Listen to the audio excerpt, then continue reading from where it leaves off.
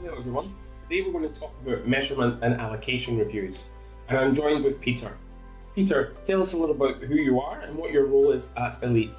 Thank you, Stephen. My name's Peter Ashton, and I'm the Elite Energy product owner for upstream production management. And I'd like to talk to you today a little bit about measurement and allocation reviews. Peter, question 1. What are the benefits of having a measurement and allocation review? Knowledge and risk mitigation are the key words.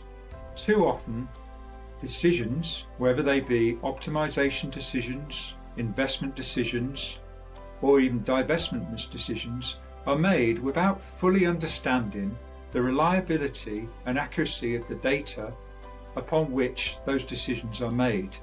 A measurement and allocation review can reveal the uncertainty of the data and the reliability, and where one is at risk of not complying with local legislation or commercial agreements, which is a commercial risk.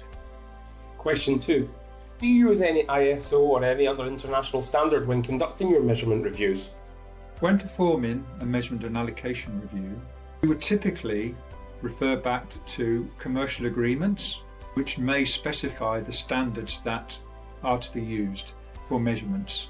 Typically ISO standards for gas measurements, the API manual of petroleum measurement manual, which is typically used in oil operations related, for instance, to tank measurements. Or for lab analysis, we typically use ASTM standards.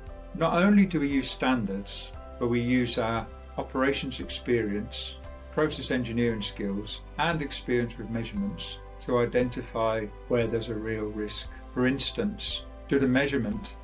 And last question, give us some examples of what you have found when conducting some reviews for clients. To give you some examples of what's been found during a measurement and allocation review, one stands out particularly in my mind. That was where a client was being underallocated nearly 2% of their production. They were exporting through a third-party facility, and the commercial agreement said that the allocation should be continues to be done as it was done previously. Now, that allocation philosophy was fine for the previous setup, but once they started taking in gas from a third party who was metering that gas with a much higher accuracy, or say less uncertainty, it no longer became an appropriate method. And we were able to demonstrate that company was losing 2% of their production.